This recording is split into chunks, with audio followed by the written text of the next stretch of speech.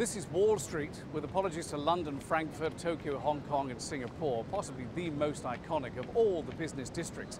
Nowhere better then to test the temperature among people who actually trade in stocks about what it's like operating in a bear or down market. David Henderson's family has traded in the New York Stock Exchange for the past 150 years. He says the present global economic circumstances have left him and his colleagues feeling nervous. What has happened is basically, the market's gotten into a big bear market, right? And the bear has big claws. We're technically down about 20% or so in all the indexes, and people are concerned and worried and nervous. There's been a lot of stuff revolving around the subprime mess and the housing mess and what have you. And the dollar getting weak as it's gotten, and also the commodities. The oil is going sky high. People are scared. Alan Valdez has traded here man and boy.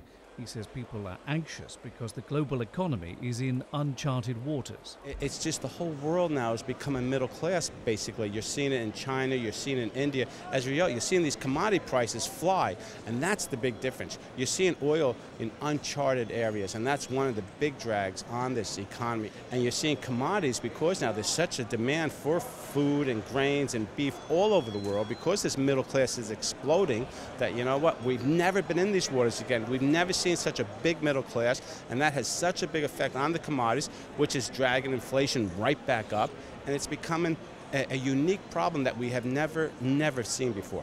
Recent moves in favor of electronic trading are also causing jitters among people who've worked here for years. David Henderson says the rise of the PC is removing the personal touch. In the old days, a dealer would have an idea where they could jump in to try to smooth it down a little bit, but now they're sort of, again, they're operating in the blind. So it's difficult, to say the least. I'm standing in 4 stocks right now. 30 years ago, I could only stand in 1.